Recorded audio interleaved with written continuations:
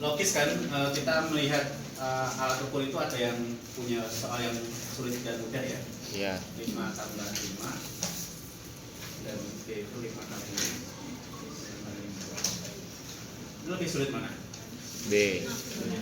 Jadi di psikometris itu ada properti psikometris tes, salah satunya reliabilitas yang kita pelajari. Nanti validitas juga ada properti psikometris tes. Kalau properti psikometris tes itu levelnya tes. Tes ini secara keseluruhan bagus nggak sih? Reliable nggak? Reliabilitas tinggi apa enggak? Tapi kalau properti psikometris butir, dari 12 butir itu butir mana aja sih yang bagus yang nggak bagus?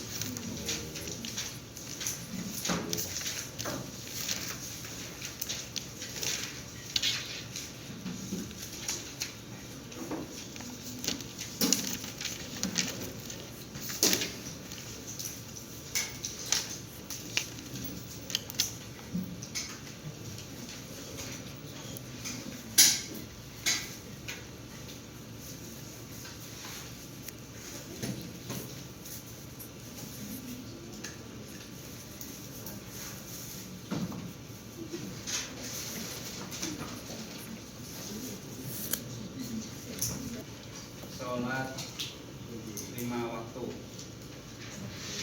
sehari. Nah ini konsep taraf kesukaran di tes yang non kognitif ya. Tes non kognitif pun ada taraf kesukarannya. Nah sukar atau mudahnya adalah sulit atau mudah untuk disepakati atau disetujui.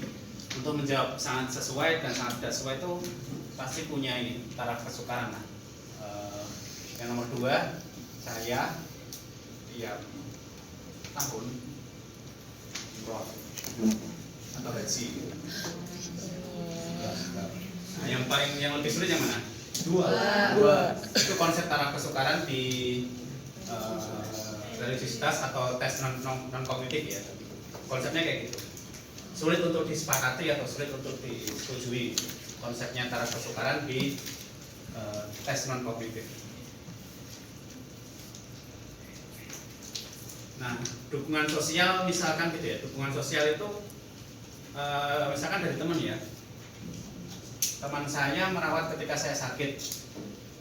Itu lebih mudah atau lebih sulit dibandingkan teman saya memberikan empati ketika saya menerima musibah.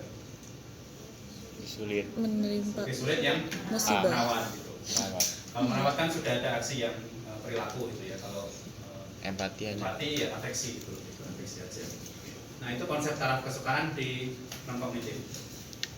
Nah taraf kesukaran ini nanti itu bentuknya proporsi ya, lebih ke proporsi.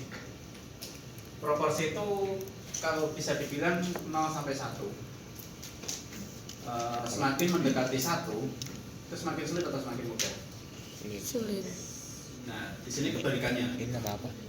Jadi di sini 5 tambah 5 itu mungkin 90% orang bisa menjawab, misalkan punya kelas kayak SD gitu ya. Nah kalau 5 kali 5 kira-kira berapa persen yang bisa menjawab? 10-nya. Kayak 10% boleh. Di kelas 1 SD atau kelas 2 SD kan mungkin belum mengenal konsep perkalian ya. Belum diajarin. Ya udah. Perkalian tuh kalau saya dulu kelas 3 kayaknya. Kalau sekarang mungkin udah lebih cepat ya nggak tahu. Nah, di sini itu namanya proporsi ya. Proporsi itu 90% orang bisa menjawab. Itu taraf kesukarannya ini 0,9. Di sini 0,1. Kayak gitu. Nah, konsepnya taraf kesukaran itu kalau di teori klasik ini itu kayak kebalik gitu. Semakin tinggi malah kayaknya semakin mudah untuk jawab karena 90% orang itu bisa menjawab benar. Kalau 5 kali 5 cuma 1% atau 10% orang yang bisa menjawab benar. Nah itu kalau udah tahu konsepnya taraf kesukaran, ini di checklist dulu, min, di checklist.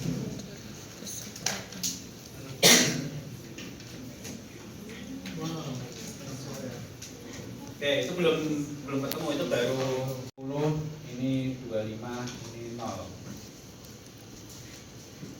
Orang pintar dia akan menjawab 25, ini kan. Nah, tapi ternyata orang-orang pintar itu pada ini jawabannya salah.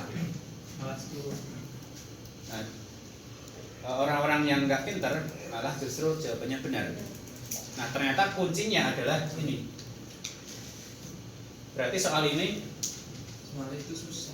bukan susah, tapi salah kunci. Nah, salah kunci itu penyebab daya diskriminasinya rendah.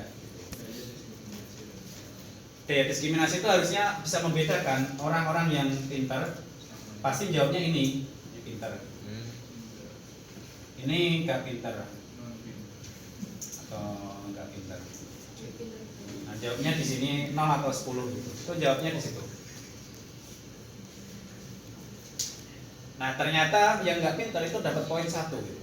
Berarti di sini yang salah adalah soalnya. Nah, kalau soal-soal yang opsinya salah itu biasanya diskriminasi rendah. Daya diskriminasinya rendah. Atau soal-soal yang nggak relevan, soal-soal yang apa ya, mengukur hal yang lain itu biasanya diskriminasinya rendah. Jadi konsep diskriminasi itu mampu membedakan peserta dengan kemampuan tinggi dan rendah. Nanti kita lebih praktekannya mungkin di alat ukur. Kita gunakan aja standarnya 0,3. Oke, di bagian itu silakan di checklist item race correlation.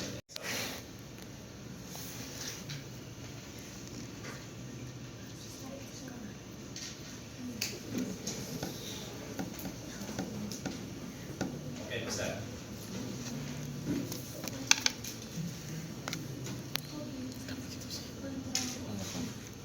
Udah direkam. Jadi apa? Enggak, Ini dong. tadi juga ada. Oke, di sini nanti tuh kita sebutnya taraf kesukaran ya. Bikin tabel baru aja. Ya, tab baru. Oke, outputnya silakan dipaste ke Excel gitu.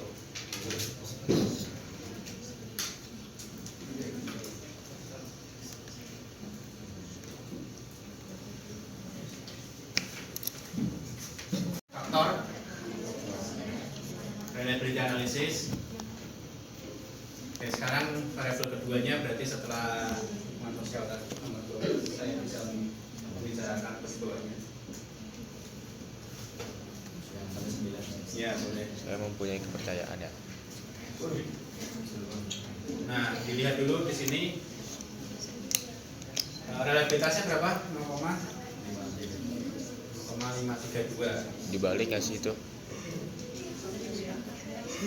Nah, coba mungkin ada item yang kalau Reverse dibalik variable. nomor 1 dan nomor 7 masuk ke reverse 1 dan 7. Oke, ada peningkatan sedikit ya. Jadi 0,712. Yang lain ikuti juga biar paham. Bisa ngikutin udah. Udah. Ini termasuknya fair ya, oke. Reliabilitasnya nggak tinggi tapi oke, udah masuk ke standar.